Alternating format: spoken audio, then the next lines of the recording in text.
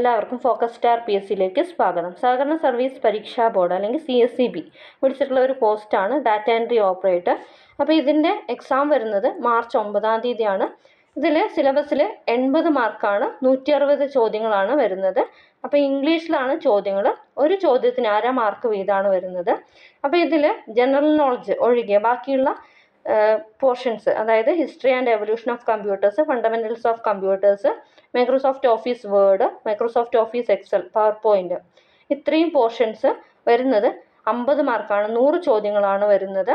അപ്പോൾ ഈ ഒരു സിലബസ് കവർ ചെയ്ത ഒരു റിവിഷൻ കോഴ്സ് സ്റ്റാർട്ട് ചെയ്തിട്ടുണ്ട്.